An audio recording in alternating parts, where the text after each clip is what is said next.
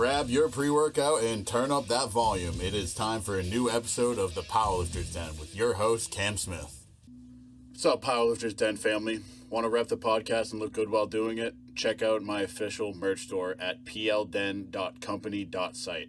We've got tees, hoodies, beanies, hats, and more, and gear that'll keep you motivated in and out of the gym.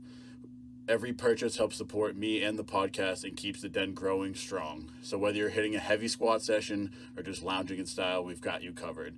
Head to plden.company.site and grab your merch today.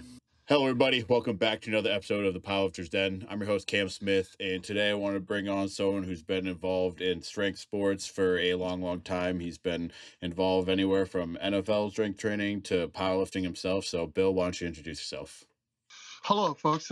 It's truly an honor to be here. Cameron, thank you so much for inviting me. I'm looking forward to this time, this hour. Hopefully, I can share insights and secrets. I hold nothing back, okay? One thing I used to hate when I was a lifter and an athlete was the guys who wouldn't tell me everything, you know? And Louis Simmons told me, he says, tell them everything. He said, tell them everything that you're doing because they're only going to comprehend about 20% of it. And then they're going to screw up the other 20%. I'm like, oh, okay.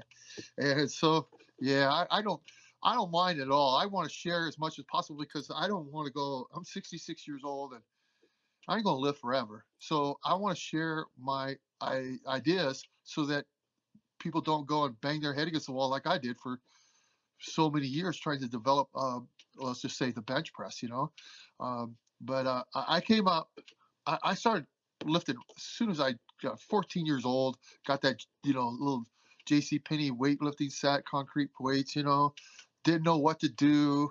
Just looked at the pictures and they had a 10, 5, 2.5 on each side on everything. So that's what I did. I did 3 sets of 10 because that's what the book said to do. Didn't make very good gains, but I did it all. Then 3 times a day I'd work out. I was pretty much, I always wanted to be strong. Always. Since I was a little boy, I wanted to be strong. And then in college, a friend of mine, John Hoffman, invited me to come over and work out with him. He thought I could become a good power lifter, and I didn't see that. And lo and behold, I started out, I was really good at deadlifting. And then I got to where I was really good at squatting, but not good at deadlifting. And then, of course, I developed the bench press, and I wasn't any good at squatting and deadlifting at all. So I never was really good at all 3 lifts at one time. And I was that guy that could perform incredible lifts in the gym. And, I blew my, people go, oh, you put it all in the, you do it all in the gym. And, the truth is what you want to do is the only time that counts is in a meet. This took me a long time to figure it out. And I don't care what you do in the gym. Now, with the social media the way it is today, there's some legitimacy to doing a gym lift now compared to what it used to be. But personally, if I look on Open Powerlifting and your name's not on there, then you didn't do the lift, And there's a world of difference between actually doing it in a meet and doing it in the gym because the stress, the timing, everything. You're already exhausted, you're dehydrated, could be scorching hot, who knows? It's not going to be a perfect scenario, and you're not going to be able to take as much time as you want. Where in the gym, you can, and you get a crowd, you're relaxed. That's the kind of lift you go for on a 3rd attempt or 4th attempt when you feel really good. And trust me, I am the king of bombing, so I can validate this on the negative side. And when I coach guys up, I coach them so hard, so intensely that they're like, "Oh, that was easy," and I'm like, "Well, I wish somebody would do that to me because I suck when I like IPF Worlds. Oh my gosh, I lead the United States. I know I do in missed attempts at the World Championships. I know I do. I mean, I made 1 out of 15 attempts, 2 out of 15 attempts, something like that, something stupid. I allowed the judges and the crowd to infiltrate my mind to the point where I wasn't thinking about lifting. And I should have just practiced doing the lifts perfect. But the problem was is that like IPF Worlds, we went to Denmark one time and they changed the rules. And so you didn't have time to practice it. They said the foot has to stay flat and I had a wrestling shoe on. It had a little rubber wound edge to it, minor. And they were like, "Oh, I don't know if you're going to get a start call because you can't get your feet flat with those shoes." And I'm just like, "Oh no." So all I'm thinking about when they're lifting the weight out to me is, I got my feet flat? Am I going to get a start call? And you're sitting there, you're not even thinking about making the lift. And then the judges, they had to do that to check to see if both of them got their hands up, ready to go. You know what? The first time was at the World Championships, and they were so slow. And so you're sitting there holding it forever. And if I had just had a chance to practice it, I would have. I would have been fine. But I didn't have a chance to practice it, and it did make a significant change in my strength, my ability to exhibit my strength. I should have done phenomenal, but I, you know, changed up the rules on me, and I got thinking about the rules and not the lift. Yeah, yeah, and so I think we got a lot to unpack there. Before we kind of go on a complete tangent, we'll just kind of talk about, like you mentioned, the J.C. Penney set, and kind of like you always wanted to be strong, but kind of if you could kind of think back, like what initially drew you to like want to chase that strength. Well, I had my dad's brother was very, very, very strong. He never lost an arm wrestling match in his life. Um, he he benched 505 back in the late 50s in the Walla Walla State Penitentiary, and was one of the best benchers in America. But and strong. Oh my gosh, just functionally strong. Things that you just I had never been exposed to. I saw him doing things that just were normal to him, normal. And I just thought, man, I wanted to be strong. Plus, I loved athletics, and I knew I had an edge if I was stronger. You can't. People tell me all the time, you can't fake speed. Well, you can't fake strength either. Yeah, You know, and people get confused between the talent and the tool. I can have the greatest knife in the world, but if that edge is dull, it ain't gonna do nothing. I don't care how well I am, how good I am with a knife. It ain't gonna help me. But if I get that thing sharp, not only will it help me, but it will even help somebody with less talent. And that's why in strength and conditioning, we can make such an impact on the football program or an athletic team, is because we can make a difference in the preparation. Now, can we make a guy into an NFL football player who has no NFL talent? No, no, no, no. I get these power lifters coming up to me all the time, especially when I was coaching with the Seahawks. I said, Coach, what do I got to do to get a tryout? I said, tryout for what? And they said, with the Seahawks. And I went, when was the last time you played football? They said, junior high. And I said, it ain't going to happen. And I go, no, I'm really strong. I said, oh, okay. So what about bowling? If you're really strong, you can throw that bowling ball really hard. You can blow up them pins. And they'd go, oh, I'm not very good at bowling. I went, oh, okay. What about golf? You're so strong, you hit the ball country mile. And they go, well, I'm not very good at golf. I said, do you see what I'm getting at? yeah, you're not very good at Yeah, football. you're not very good at football, Yeah, and when we went bowling with the team, that was a day that just knocked my socks off because I benched more than any of the other guys on the team. Obviously, I was very strong, and we went bowling, and the punter on the team was my teammate, and he goes, "Coach, check this out," and he goes and throws a strike from between his legs, and I went, "Where's the camera? You guys are pulling, just a punking me, with video camera." And he goes, "No, no, no, Coach, watch this from behind the back." And I mean, it just looked like that ball was on a magnet. You know what I mean? It was unbelievable. And he'd do it over and over and over again. It was just, oh yeah. And then the offensive lineman got mad because he didn't bowl a 300, and I'm like, dude, do you know what a 300 is? I've never seen anybody bowl a 300. And he's like, well, I can do it, and I should have done it, and I practiced for it, and I was ready. And oh my gosh, they're extremely competitive. One thing that you find in the NFL is that they're always all extremely competitive. yeah, Okay, everybody says they're competitive. Uh, no, you're not. No, you're not. No, I make people who are not fully committed to competing competitive. I make you feel really uncomfortable. Okay, because I am extremely competitive, and I'm not going to try to embarrass you or try to humiliate you, but I am going to try to go and outdo you by as much as I can do, and I'm going to make sure my team knows how to compete. And I tell people all the time, when I was at University of Washington, we won 23 out of 28 games where fourth quarter come from behind wins. And I told people all the time, people go, "Oh, your team was really well conditioned." I said, "No, they weren't. They weren't extremely well conditioned. They just I taught them how to win in the fourth quarter, and that's who wins in the fourth quarter. It's a team that knows how to win. Not and how do you learn how to win? You win it. You learn it through strength and conditioning, because that 300 pounds is 300 pounds today. It's 300 pounds tomorrow. It don't change. Yeah. All right. So if 300 pounds has a good day and you can't get it, and then 2 weeks later you come back and get it, did it have a bad day? No.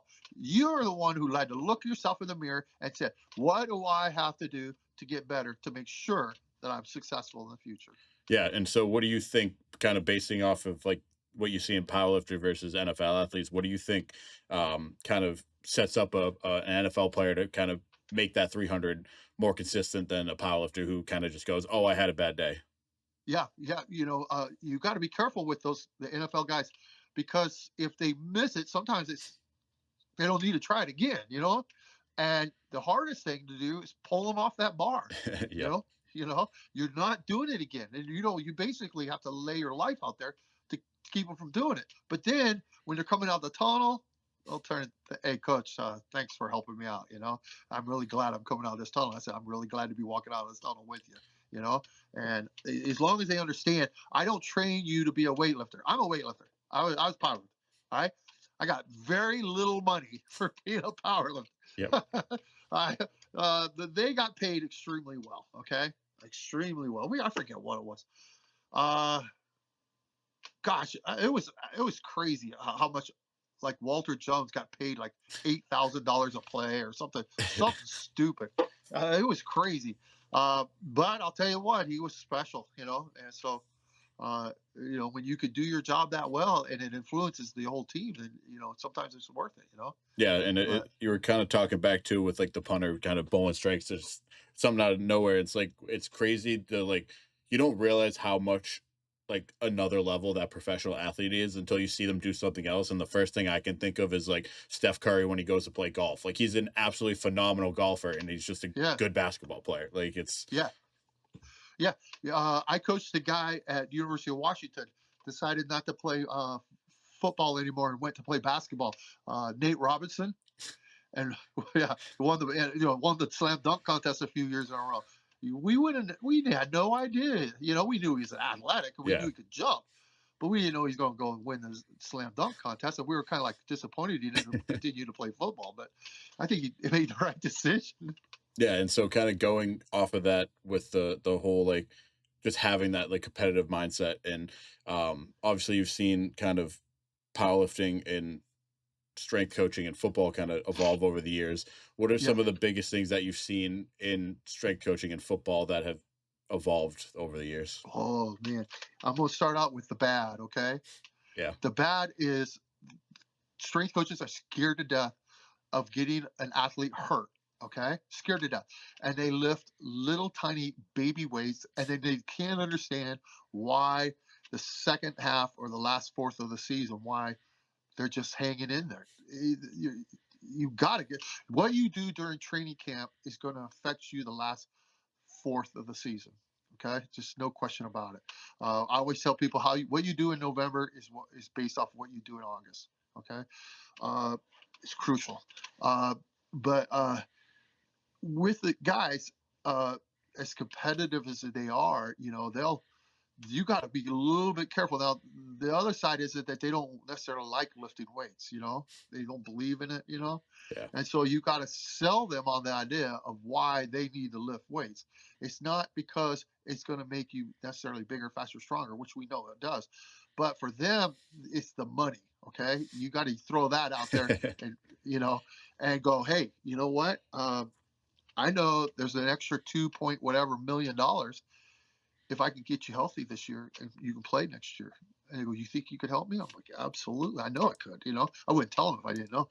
And here they are. They're back out there another year. And I'm kind of like always waiting to go, hey, where's that little bonus check? And the players every year on near Christmas, right after Thanksgiving, they had where they called clubhouse dues, and all the players gave all the coaches and support staff uh, envelopes full of money. Oh, that's I awesome. mean, yeah, normally it's like $300 per player giving it to you. So that was nice. That one, and when the Super Bowl tickets came around, we were allowed to buy four at $500 a piece, and I never saw those tickets. I got them. I just got a little envelope with $8,000 in there, so I'll take it. Yeah, and so we'll talk a little bit about your strength career. I know you have that world record bench that you did not too long ago, and obviously Yeah. been training for years and stuff. So, kind of just broad before we dive into it is what are some of the things that you learned over the years that you've seen kind of translate into the community? Okay. Uh, at first, I think that most of what everybody was doing was so wrong. It was incredible. Okay. uh, uh, because what happened is that guys that were on steroids taking stuff and already were somewhat gifted, they made great gains, and everybody wanted to do what they were doing. Well, was it the training program or was it the drugs? And so I got really frustrated with it because I knew from being a strength coach, I had relationships with these guys, and they tell me straight out, I never did that workout. I just got paid. I wanted some money, so I got paid to write it up. He goes, some of it, they say some of it's true, but most of it I never did. And so back in 1991, which sounds like a zillion years ago, I sat down. We went up with a former Soviet Union weightlifting coach and Dr. Gregory Goldstein. And it was us, Alabama, New York Giants, Virginia Tech, University of Virginia. We were all there in this little hotel conference room. And he gets up there and he says, if you want me to write up a 4-week routine, it's going to take me 40 hours to write up a 4-week routine. And I thought, shoot. I turned to the guy next to me. I said, what's he do the other 38 hours? I mean, come on, let's be for real. After 3 days of him teaching us this, I leaned over and I said, it's impossible to get this thing done in 40 hours. It's impossible. It would be. I mean, just to write up one lift, not any assisted lift, just one lift for 4 weeks takes me about 40 hours. Oh, wow. It's that hard. But the thing is once you learn this system, all right, of designing your programs, it becomes where it's becomes second nature to you, and you have to, as a strength coach, you have to be able to do that because coaches will walk down and go, hey, I know I gave you an hour and a half, but we need 45 minutes. So you only got 45 minutes. You're not going to go and sit there, be so boneheaded and go, well, we'll just go through the workout and get 45 minutes in and we'll stop. Man, you grab that pen and you're marking stuff left and right that you can't do, add in stuff to make compensate for it and to adjust the program so that it still fits the system and what you're trying to accomplish. Um, I tell people all the time, missing a workout is the worst thing in the world. I tell people, I go on vacation, I tell my family, please don't make me miss a workout. Okay. I don't need to get hurt. I don't deserve to get hurt. And every time I took time off, I got hurt.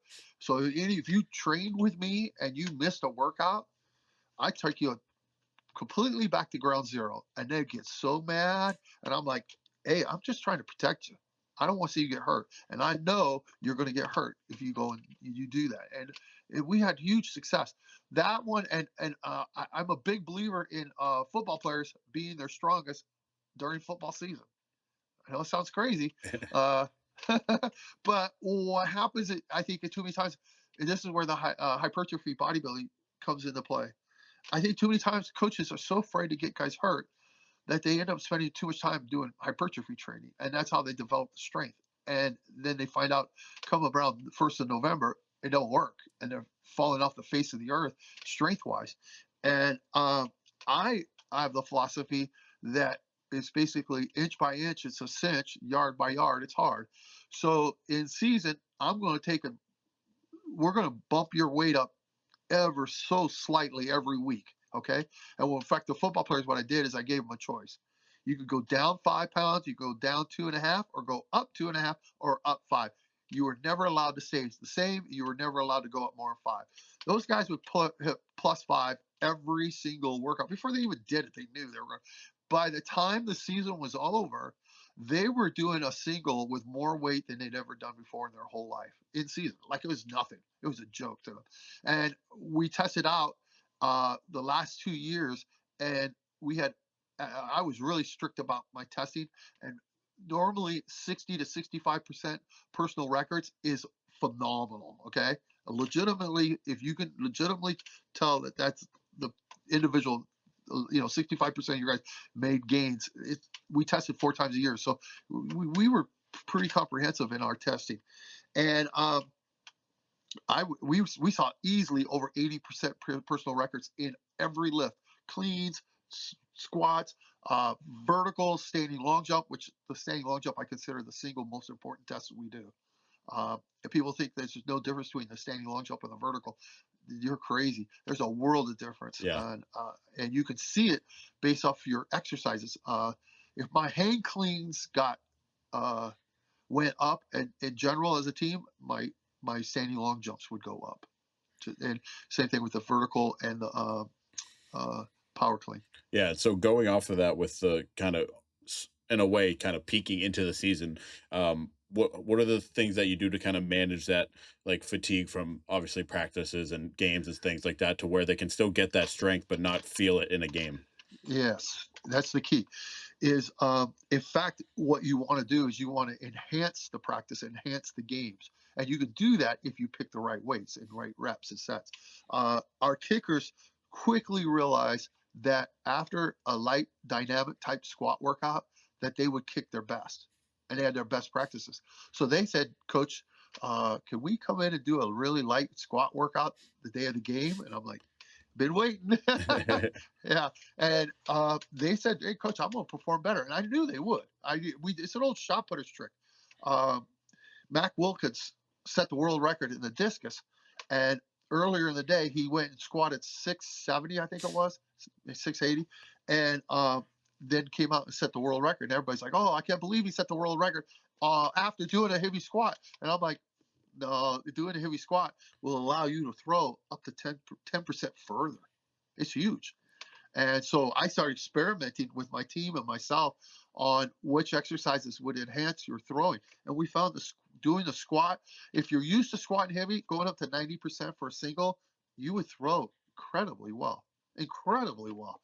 Uh, we we did try doing some. My friends had some experimenting on their football programs, and they'd go in and have them do a light squat, a light complex the day of the game, and did really well. I had a former training partner. He told his kids, he says, "You know what we're going to do today, guys?" They said, "What, coach?" They said, he says, "We're going to max on the squat." And they said, "Coach, we got the state championship game tomorrow night." He said, "You're used to it. Trust me." And they all squatted. They all got new personal records. And he said to them, he said, "Hey, nobody's beaten you all year. All right. Now you're stronger than you've ever been, and nobody's going to beat you tomorrow."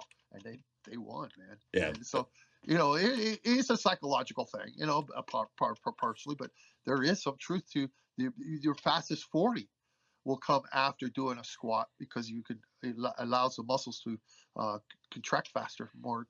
It's like the 225 bench press. You don't warm up to 225. You warm up to like 365, and then drop the weight down, and then 225 feels like butter. Yeah, And and I'll tell you, I'm really good at that 225 bench press. My best is 50 reps oh wow. with 315. Oh shit. So people go, "Oh, you just do one rep." I said, "Nah, I'm pretty good at high reps. I did a set of 10 one time with the shirt with 802.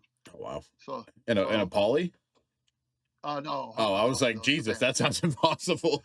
Yeah, for poly shirts, it's so hard to do reps in it, but Yeah. the reps, doing reps in the shirt is the key to developing shirt strength, is what I call it. Louis used to go, and I loved him for doing this, but he used to go and never practice the shirt. Yeah. He just put it on with the meet, and I'm like, "Thank you, bud." And he didn't get mad at me when I come to visit because I could outlift all his guys. And I'm like, "Louis, it's because I trained shirt strength. It's totally different." And also, the reps will teach you how to get that bar down to your chest, where A lot of times you say, "Oh, this shirt's too tight, this is too tight," and then all of a sudden, third, fourth rep, you touch with it. Oh my gosh, it makes a difference. It's hard to do reps in a poly shirt. I'll make no. Yeah, I know it is. It's extremely difficult, but it will make you strong if you're going to compete in a shirt.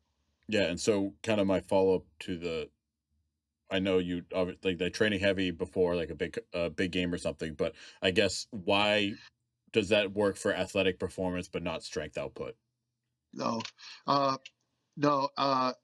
We don't it works for power output but not strength output. We've not had any success at all. Now I say that, and when I lifted in the WADPL, a lot of times if I bombed the first meet, I because I entered masters and open, they would allow me to lift not bomb call it a bomb in the open or masters division, and then I'd compete in the open division a second time. And of all the times I ever did it, I never did worse. I always did better, and sometimes it was significantly better.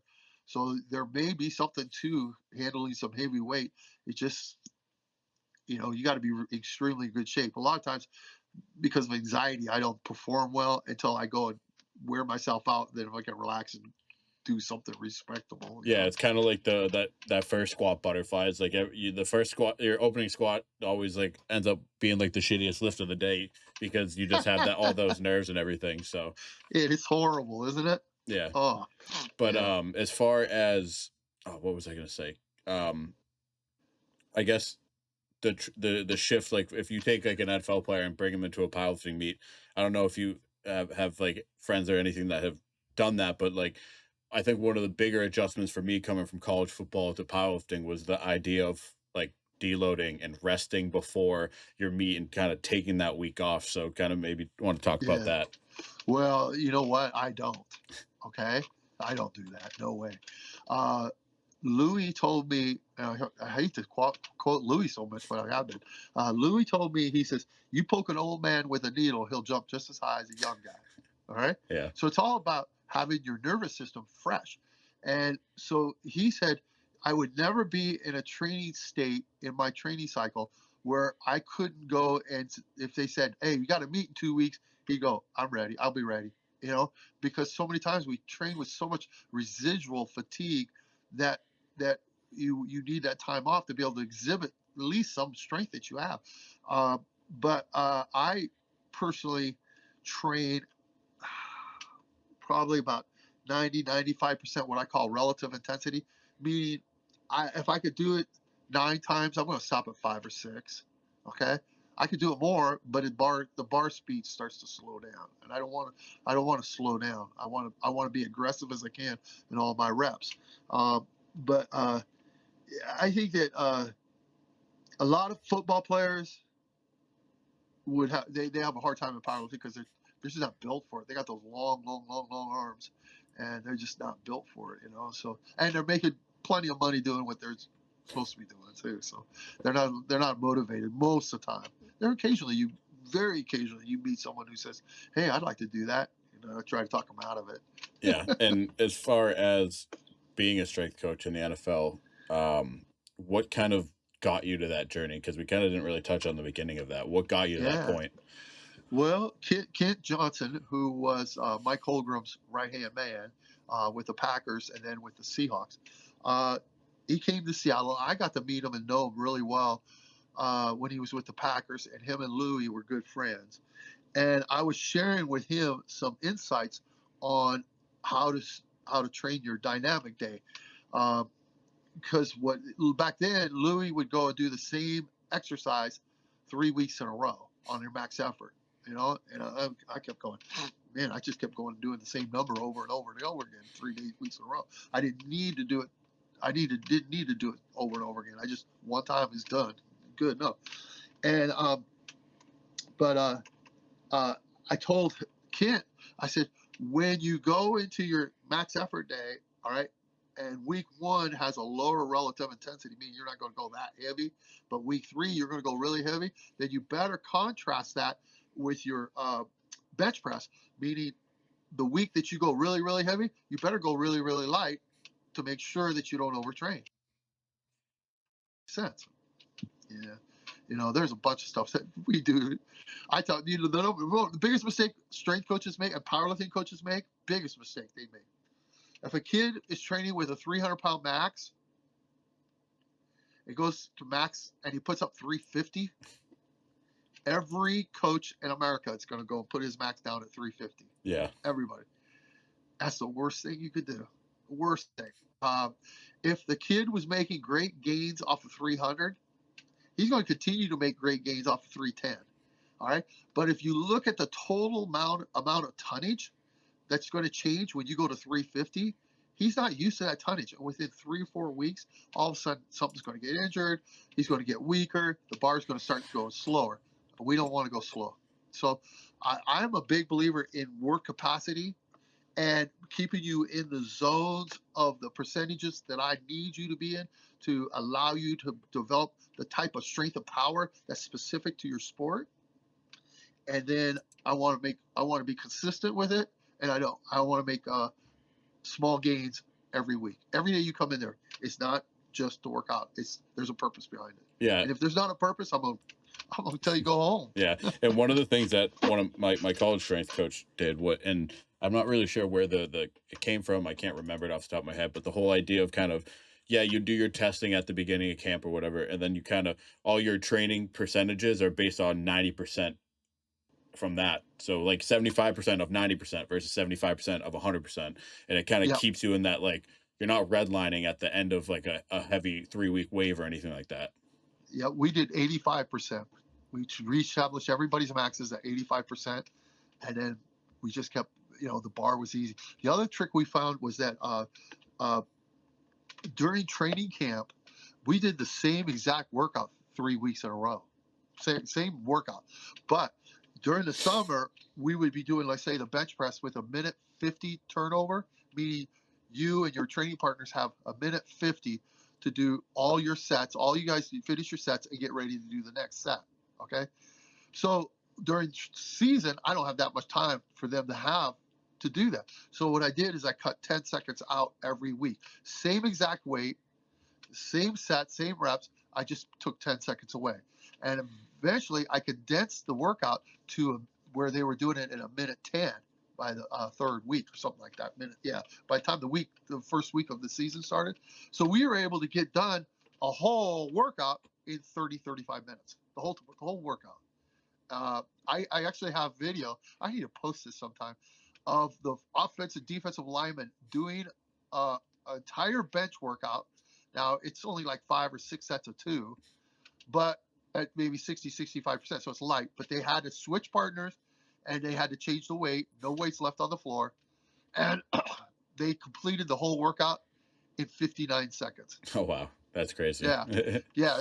And I got let go because I was told I didn't understand how to condition players for the up-tempo offense. And I went, I think I could have showed you a few things. Yeah. And that's one of another thing that was kind of like a culture shock to me was doing, like, when we would train during season, we actually did conjugate for the most part and would kind of shifted a little bit, obviously more towards the athletic performance rather than strength output. But one of the things that was weird to me was like taking like rest times now versus like getting all that shit done. Like the amount of volume and accessory work and whatever was the same back then, but it was in 45 minutes. So like now I'm doing like kind of more hypertrophy, just kind of taking a break and doing bodybuilding stuff. And I'm resting like 3 minutes in between a set of like dumbbell bench. And it's like a mind blow to me. Now, where did you go? Where did you play college ball? WPI D3, baby. Oh yeah. I know them really well. Yeah. Yes. I used to. They used to have a track coach there that was a Olympian in the decathlon, and I don't know if he's still there or not. But I doubt it. But it's been a long time. So. Yeah, I don't know the track coach's name, but I do know that for the school that it is, it was when I went there, I mean, obviously I wanted to play football and I did wrestling too, but I didn't realize like it was actually a pretty athletic school for a nerd school as well. So it was cool. Yeah. You wrestled too, huh? Yeah, it's for a couple years, and then when COVID hit, I decided I was gonna do a 5th year for football since I had the extra year eligibility, and I just kept fluctuating way too much weight, and it was kind of hurting football. And wrestling was always secondary to football, so I was like, I'll just bulk up a little bit so I don't keep dropping 30 pounds every year. Yeah, yeah, I know. I did the same thing. I wrestled 190 in high school. I wrestled 8 years, and as a defensive lineman, they weren't recruiting me because they said I was too small.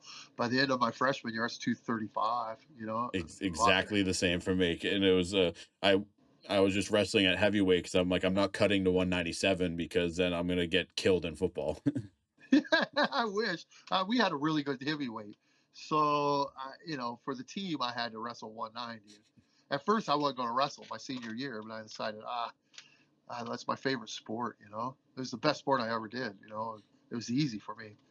But in fact, to the point where I was lazy about learning moves because I was just strong, man. And if I needed to get more condition, I should go run a little bit more and get in better condition and just wear everybody out until you get to the state championships, and then all of a sudden there's quite a few more guys there like you. Yeah, and it was perfect in high school because there was a 220 weight class, and I kind of sat around 210 at that time, so I didn't have to. I could just train hard, but I think this is actually a good little segue. We can kind of talk about cutting weight for powerlifting and kind of. I oh, personally don't think it's a good idea for most people, but so let's talk about oh, hey, here we go. I got this thing down, man.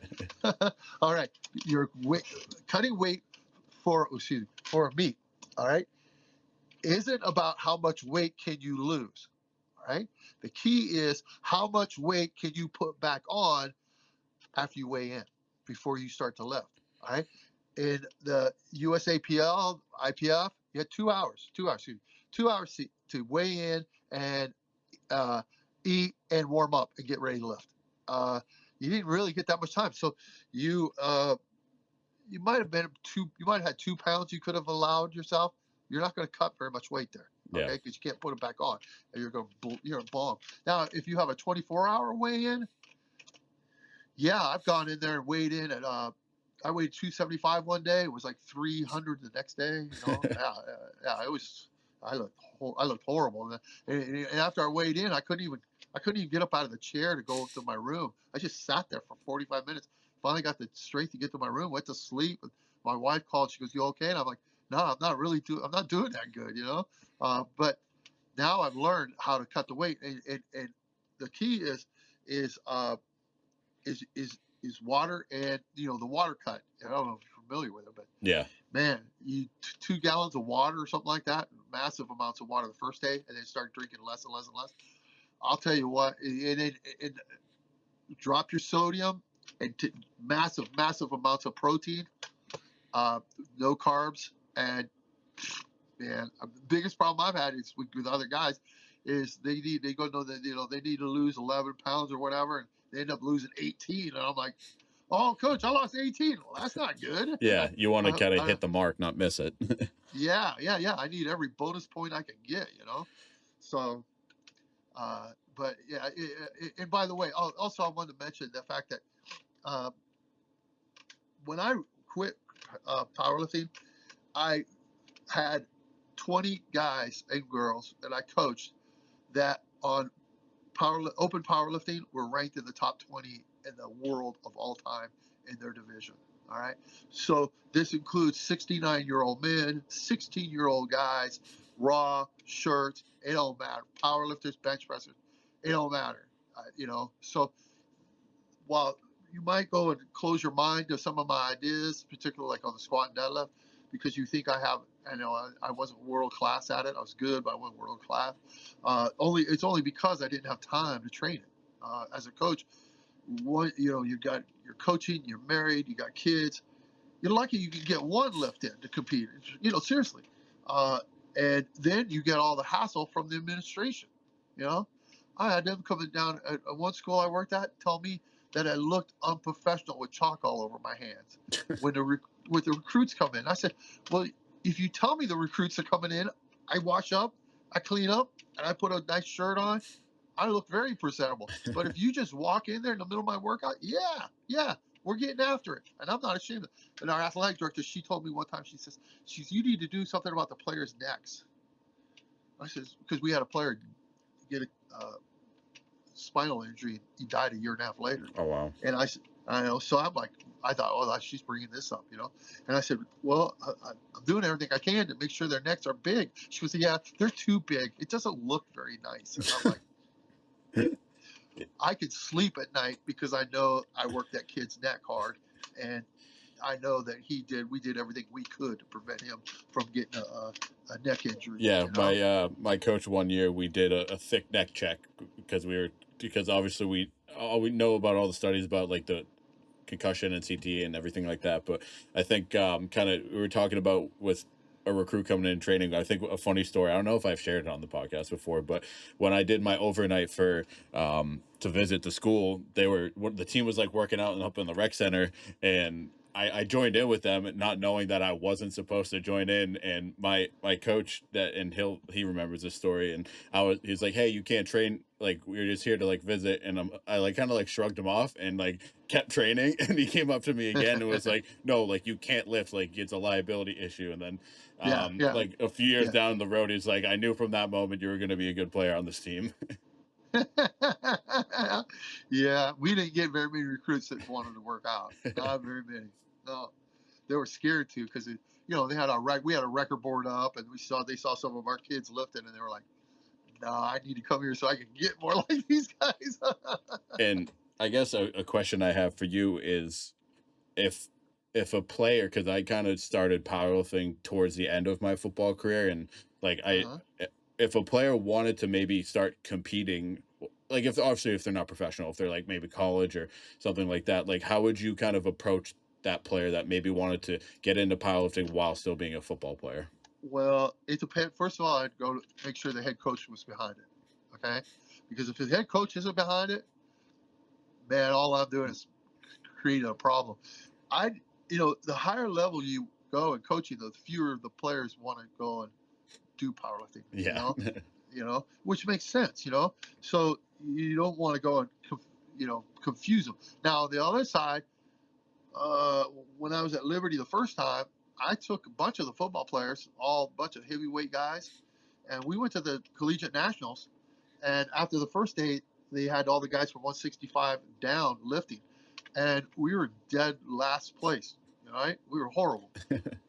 But the next day, we had loaded up with I think 10 guys in the heavyweight classes.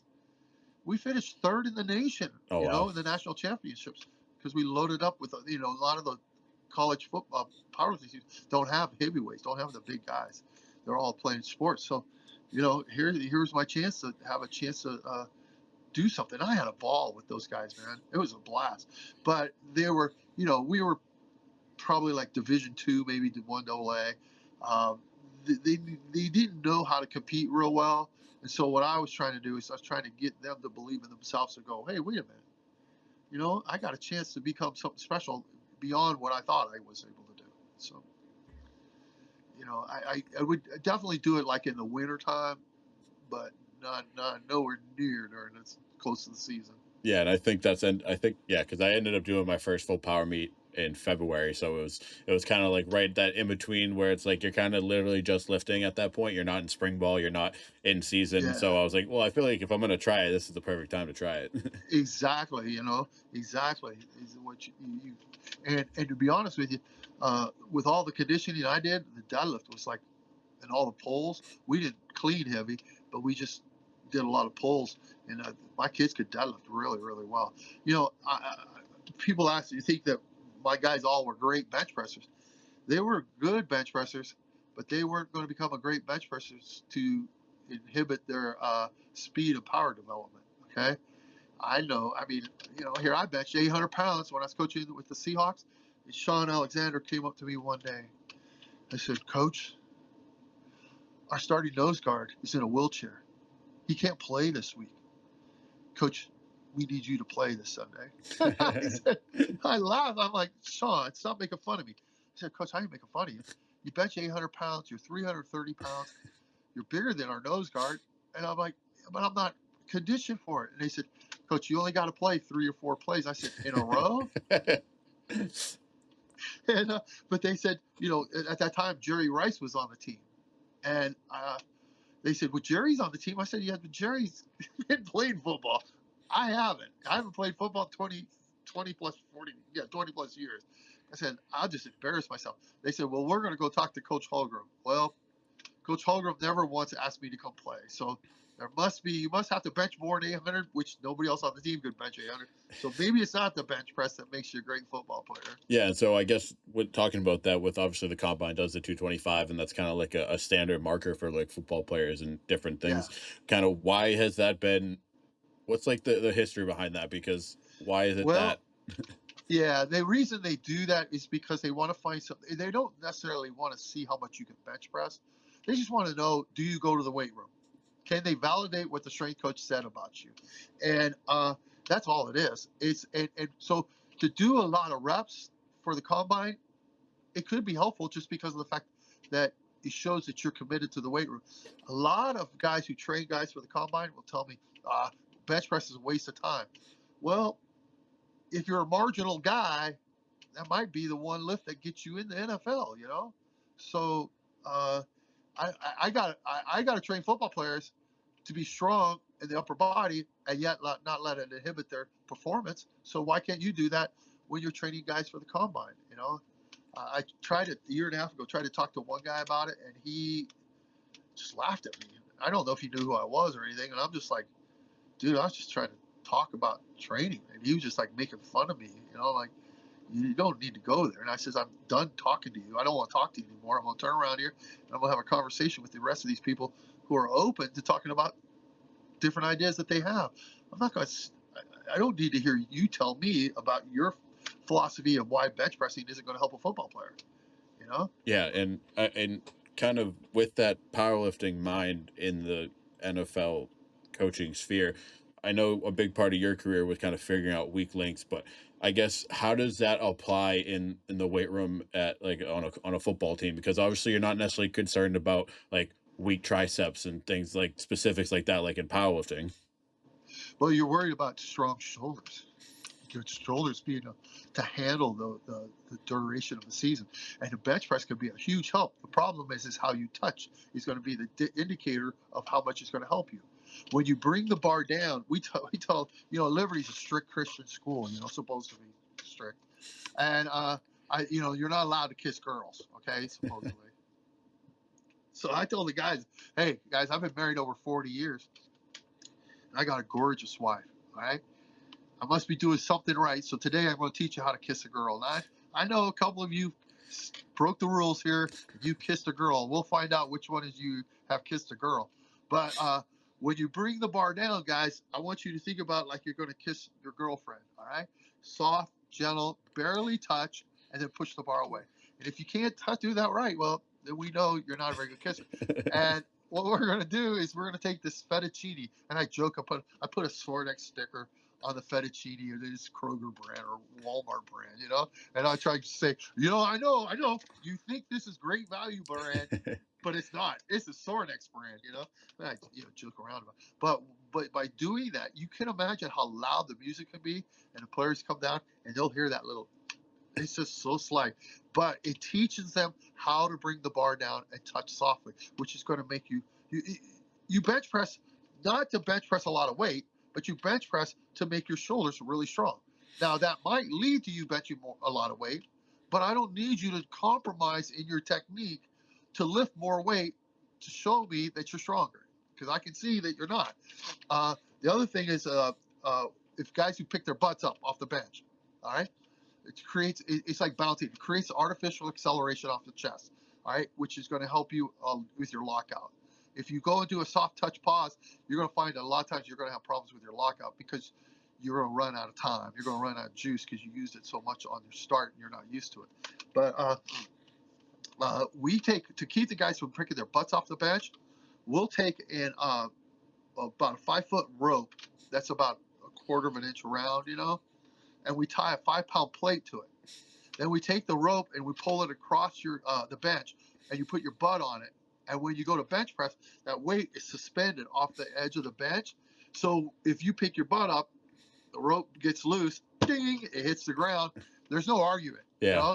It slipped. No, it didn't slip. Your butt came up. And what we're trying to do is we're trying to develop true upper body strength.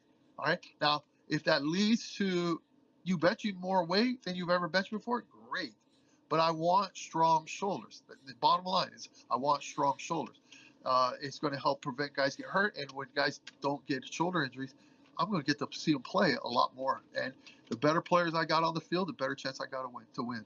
Yeah, and it's kind of the idea of like what I'm thinking of too is like I know a lot of there's football, tons of hamstring injuries left and right, and it's like training those hamstrings, doing the unilateral movements, doing the heavy split squats and things like that. So I was kind of just wondering of like how that's applied from your mind. Okay, let's talk about that. Okay, I'm going to give credit where credit's due. All right, my buddy Jesse Ackerman. He's the assistant strength coach now at the University of Florida. Okay, this guy's magical. All right, huge, big time West Side guy. Loves West Side. All right, and when I went up to visit him, he was the head strength coach with Dan Quinn at the Falcons. Okay, and I went to visit him, and he said, Coach, we only average one soft tissue tweak a year. Wow. I said, wait a minute, you're talking hip flexors, groin, hamstrings? And he goes, yep, we never have hamstring injuries. All right. I said, what's your injury prevention secret exercise? He said, Coach, we don't use that word around here. I said, what word's that? He goes, injury prevention. He says, as soon as you start telling them about injury prevention, you're going to educate them on what's injured, and they'll get hurt. And I went, darn, that's true. Our trainer used to educate the kids on concussions. And my mentor turned and said, do you think in August these guys can tell the difference between the heat, wearing a helmet and having a concussion? I said, no, I doubt it. But you don't educate them on the injuries, okay? Then the other thing they did was Jesse was in charge of all their conditioning on and off the field. So if a new player came in during the season, he would monitor their volume. And what we found was that once a kid gets in shape, he's not going to pull a hamstring. All right. But it's all based off developing their work capacity. And a lot of guys don't develop enough work capacity in specific movements. And that, they may run, but they run on a treadmill. Well, that's not going to protect your hamstrings because it's not at the same intensity level and use that you're going to be using. So, and then the other thing he did was before they went to after they had meetings and they went to practice, they did a hamstring activation exercise. I'll tell you that his philosophy was simple. They lifted heavy, okay, really, to the point where I would just go, no way, and he goes, yeah, we're going heavy, and he's working with my buddy Rusty Witt. Rusty's old former Green Beret. Okay? Oh boy. Tough as nails. I told him one time, I said, I'm going to take you hog hunting. And I says, I got to let you know, once in a while, them hogs will turn and come after you. And he goes, well, that sounds pretty scary. Not quite like hunting humans, but. Oh, Jesus. I went, yeah, okay, you got it. You know what this is all about. Yeah, and I guess my next kind of topic would be I know you mentioned sore necks with the just like the sticker thing, but I know you obviously are a huge part of sore necks as well. So maybe tell us about how that came to be and what's been the biggest impact that's been in your life. Yeah, I love Bert Soren. I love Richard Soren. I was a consumer of theirs for 40 years. Okay, I filled up so many weight rooms at Liberty. It's unbelievable how much we spent with them because they were innovative. They were building things that way ahead of everybody else, and we were very innovative, and we needed them to build stuff that nobody else could build. All right, and so and they took good care of us. They understood, they're like Pops, easygoing guy. You would never know it until Bert told us about it in his memorial service. He was a tough dude. And Bert's polite and nice, but if you're really not a tough guy, he'll just sit there and be nice to you. But he ain't gonna want to hang around you. Yeah. He loves courageous, adventurous people. And people of high character. But I coached for 40 years. I was the head track and field coach at Liberty, assistant track and field coach at Liberty. I was assistant strength coach at Liberty. Then I went to be the assistant strength coach at the University of Washington. And then they made me head strength coach and then I went to the Seattle Seahawks and was assistant there. And then Jerry Falwell Sr. heard I was here in Lynchburg visiting family and called me in his office and said, I want you to leave Liberty and leave NFL and come to Liberty. And I said, sir, you got one of the 5 worst football teams in America. And I said, the Seahawks could go to the Super Bowl any day now. And he goes, I know, I understand. I know it's a huge sacrifice. But he told me, he said, no coach is ever going to fire you. No coach is ever going to hire you. You tell me how much you want to get paid, what you want, and I'll take care of it. It was a pretty good deal. Yeah. Until he passed away. And I didn't have it in writing. Yeah. And yeah, the school just went, here was our chance. Get rid of them. Yeah. So they used me to get them to where they wanted to go, and then they just dropped me off and just said, hey, good luck. So I was hurt. I was bitter. I had to deal with it. But I'm very blessed. By working for Sorinex, I would have never set the world record in the bench press. I was just going too hard as a coach, just pouring my heart out on the kids. Now, Bert is just appreciative of everything I do. I love that guy, and I'll do whatever I can to make him happy. They're so supportive. This whole time, I've been, for those who don't know, I spent 9 weeks this last 10 with gigantic kidney stones. Okay. I had one half the size of a golf ball. Oh, jeez. And the other one was the size of a golf ball. And they couldn't surgically remove them. They couldn't unless a specialist. They couldn't blast them because they said it looked like a snow globe in there. And so I just went around 9 weeks with a tube in my back to drain my kidney so my kidney would survive. And then the surgery was pretty tough. It was not a pleasant experience at all. And but they took the stent out, and I'm doing really, really well now. Glad to hear it. But I got far behind, man, physically.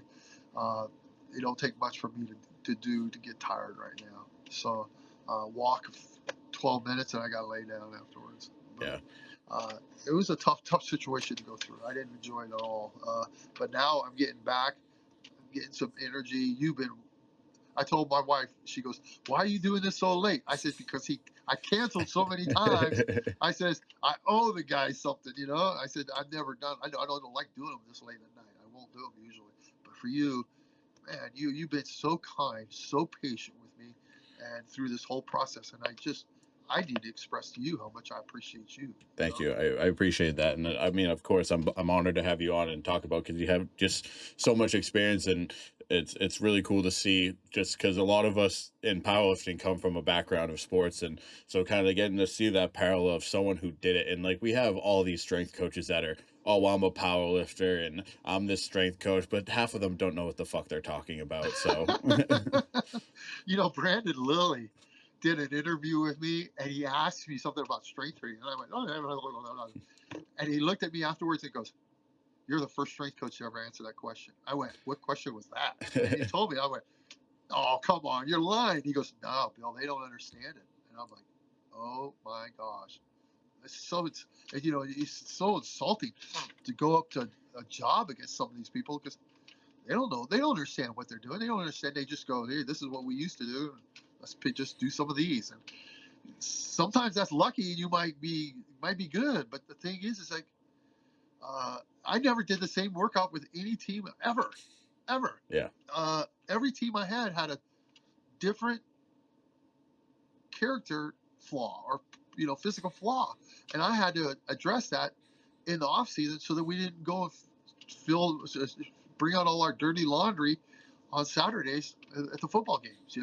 So it was tough, man. I mean,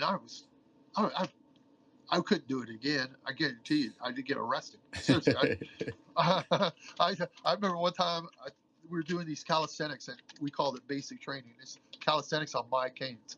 It's hard. Okay, it's really, really hard. And I said, I'm sick and tired of you guys not getting this done. I said, you assistants, lock the doors. Nobody's getting out. Well, the boneheads, when you lock the doors, you just keep people coming in. You ain't locking them out. But They thought I was locking them in. Oh, coach, what if? We'll take care of it. Just get the job done, you know. Uh, but I had one kid who was a former. He was going to become a Navy SEAL, a linebacker, and a defensive lineman who couldn't get the calisthenics done. All right. And the linebacker walks up to him and he said to me later, he goes, you know, coach, I was going to talk to him. Then I realized he might hit me. So I thought, well, if he might hit me, I might as well hit him first. And he smashed him right in the mouth, you know, and being the good coach that I am, I'm standing there going, stop, don't do that. Yeah. You know, Kind of like a I, hands off, like, oh no, don't let that happen. yeah. And from that moment on, that defensive lineman never missed another rep, but he was never the same guy ever again. And that linebacker was legendary. He was captain from then on because anytime he said, let's do this, everybody's like petrified, by peed on their leg because they were so scared of him. But he was tough, man. He was an intense dude. Yeah, and I think one of the bigger things and why a lot of people that come from that come from football that go into powerlifting that make them kind of more successful is kind of it's crazy just how much the mindset matters in sports. I mean, there's sports psychologists for a reason, and it translates into powerlifting too. Of like, there's going to be so many times when you're like, I don't think I could do this, or I'm tired, or this is bullshit. And if you come from that intense like strength coach training football to a day it's hot summer, you're like, this is nothing. This is fine. Yeah. We're gonna be okay. Yeah. It's funny you mentioned that because I was thinking about that earlier and I wanted to mention it.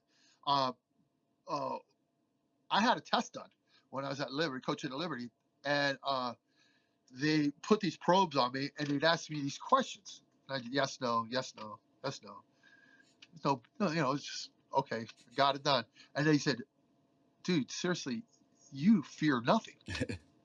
I said, what do you mean? I'm just answering yes or no. Yeah. They go, no, you have no fear whatsoever. They said, aren't you that guy that bench presses a lot of weight? I said, yeah. They said, okay, that makes sense because what you need to know is all those years you lifting weights that you develop the mindset to go to a place where most people can't go. He says, because you develop that ability. He said, you don't have to psych up for a lift, do you? And I said, never. And they asked me, they said, how does caffeine affect you? And I said, oh my gosh, at least 12 hours, 14 hours. It's going to affect me. They said, no. What happens is because of your ability to get your mind in a state to where most people can't ever go.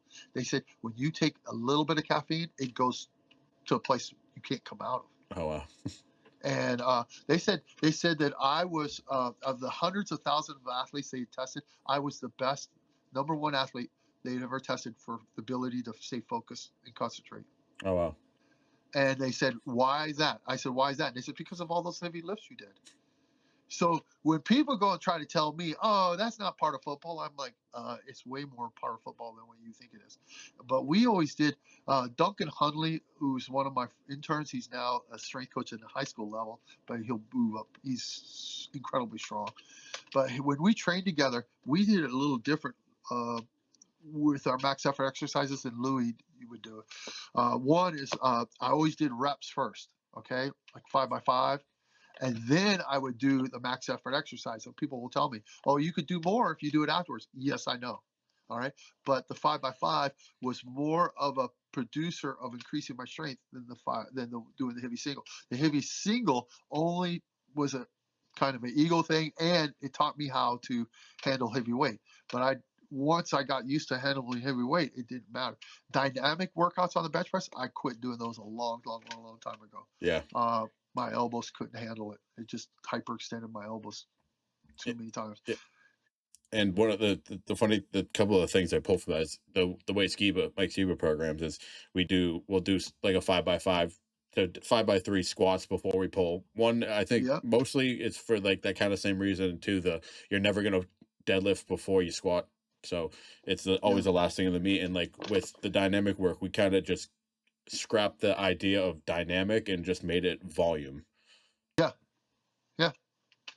Yeah, and you'll feel great. You'll feel like deadlifting afterwards if you do it right. For sure. Yeah, I mean, it's awesome being able to just start with 4 plates on deadlift instead of the bar. Yeah, that's true, man. I wish I look back at the things I did so wrong in training the deadlift. That should have been my lift because my back is huge. I had a big butt and skinny little legs. I'm built for deadlifting, but I never got to see what a big deadlift one compared to today because we had to everybody deadlift off the stiff bar. We there was no such thing as a deadlift bar, at least that we knew of, Hmm. and that would have been helpful. And the other thing is that there were so many guys on steroids back in the day that I don't think we have any comprehension of how to train the deadlift. And I think that the steroids affect the deadlift more than any other lift there is. And why do you think that? I don't know why, but yeah, it doesn't make no sense. Like this clean and the deadlift, I told Louis this. Said, Louis, I said, your approach to the deadlift isn't based off of deadlifting heavy. It's based off the big deadlifts, and he's really good. He was really good at coaching the deadlift. His guys were extraordinarily good. But what happens is that the deadlift is a representation of the summation of forces that you do throughout the rest of your workout. Everything else you do is going to contribute to the deadlift, not the deadlift contribute. Because like when there was COVID, I remember COVID got over and the gym started opening up. It was hilarious. I'm laughing my head off. Guys posting on there all the time. I haven't worked out in weeks, and I just pulled the biggest deadlift of my life. I can't wait to see where I'm at 4 weeks from now. And I said, I know where you're going to be at. You're going to be like 40, 50 pounds Yep. less. That's what you're going to, you know? That's Uh, Yeah, yeah, that's so funny you say that because I've always said, and it's the less you deadlift, the more you deadlift. absolutely. Yeah. You know, the Russian coach who taught us how to design the programs, he said only 5% of your volume needs to be over 90%. 5%, and that includes max day. It's not very much. You don't have to handle that heavy weight. 75% was probably the average weight that you handled. We got to where in season we would go up to 80% for one set of one on the clean once every 3 weeks. That's the heaviest we ever cleaned, and we test out phenomenal. Now, when I say this, now cleans, I had 83 players clean 1 year, 300 pounds or more. Oh wow. I've had 4 players clean 450 or more, 2 of it for 475. So I'm not talking about little numbers, okay? I'm talking about legitimate big time lifts, and to the point where if you're a kicker and you didn't clean 300, guys are making fun of you. All right, everybody cleaned 300. Only those like 8 guys who didn't take it serious, they got caught. Because I told them ahead of time. I said everybody on this team is going to clean 300 pounds. All right. And everybody thought I was just focusing on the clean. But the thing I'm not focusing on the clean. What I'm focusing on, I want my team to be able to represent the strength, power, speed, and explosion that it takes to clean 300 pounds or more. All right. Yeah, and that's why I love the clean. Honestly, like I've always had the itch since I haven't done them in a few years to kind of get back into it, and I agree. It's one of the best markers of just an overall athletic movement there could possibly be. Yeah. It combines the speed, explosion, the power. It's the perfect movement. Yeah. If you really want to kind of taste that, but yet contribute to your powerlifting, and we did this with our football players on linemen. I love this. It was tendo deadlift with no shrug. Okay. And we were looking at 0.8, 0.9 meters per second. And we had 2 guys pull 500 pounds in season. Like, and I was concerned about it. And they said, Coach, we can't feel it. And I went, well, you know what? When I go 0.8, I can't feel it either. Now it's not, it's 365, but it wasn't, 500 pounds. But, and my training partner, he was like, yeah, you're right, Coach. We don't feel it. So who cares how much weight it is? You can't be, I can't be that way with one lift and not the others. You know what I mean? If the weight moves fast and smooth, there is no such thing as heavy. There's Yeah. no such thing as going too heavy. But yeah, I think we can wrap things up here. I mean, it was a great episode, and I think definitely would consider having you on again if that's something that you'd be interested in Yeah. doing. But I'll ask you my final question. If you could give a new lifter or someone going into their first meet a word of advice, what would you tell them? Going in the first, I would go, and first thing I would suggest is look at your environment that you're trained under. That's the key. Is it conducive to you becoming a better person and a better lifter? Not just a better lifter. All right. Uh, West Side was known for just trying to kill each other. And yet they, like some of the West Side guys would come and watch me train my guys, and they were like, dude, you're sick. And I said, what do you mean? He goes, well, you're encouraging them. And I'm like, yeah, yeah. All my training partners, I'm encouraging them. I want them strong. Then I'm going to beat them, when they're really strong. Yeah. But I don't want to beat them when they're weak, It's the world's strongest man competition, when I went to visit there, same thing. They all want to see everybody at their best. They want to beat you at your best. They don't want to beat you when you're weak. But your environment is key. Consistency is also key. Don't ever miss a workout. I don't care if you're on vacation. You go find a place to get something done. Uh, uh, and then nutrition. Please, please, please, folks. I know people tell you this, and you think they're making it up, but I'm going to tell you straight out. I know this for a fact, that whole foods make you really, really, really strong. Okay, they're phenomenal for you. You go and eat crap, you're not going to get strong. You're not going to get strong. My son and I have been the world's strongest father-son on the bench press for 20 years or something like that. And people ask me, what's the secret? I said, it's my wife's cooking. That's you know, no, there was some truth in that, because she only cooks food that's whole foods. So yeah, it made a big difference, and I think nutrition is huge. And don't be when you go to put a big weight on there, the fight or flight. Okay, you're either going to be scared to death and let it inhibit you, or you can be scared to death but allow you to enhance you. Okay, you can't let it hold you back. You got to look. You got like that guy Duncan Hunley and I. Shoo. We love max effort days, but we just love putting tons and tons and tons of weight on there and just lifting heavy weights. We enjoy that. That's fun. But a lot of people, that scares them. And you can't go and be afraid of heavy weights. You can't be afraid to compete. Yeah. That's it. Yeah. Well, I wanted to thank you again for taking the time to come on. It was my pleasure. Yeah, Cameron. Sure. I enjoyed it. Listen, I don't have a beard. I've got this glorious mustache. But even this stash deserves elite care. That's where Wicked Wolf Beard Co. comes into play. Their oils and balms keep the face fuzz fresh, soft, and ready for action. No crusty cowboy nonsense here. It smells great, feels great, and makes me look more like I lift heavy things. Beard, mustache, or something in between, Wicked Wolf's got your mug covered. Wicked Wolf Beard Co. Respect the stash. Head on over to Wicked Wolf Beard Co. and use code PLDEN for 25% off your order.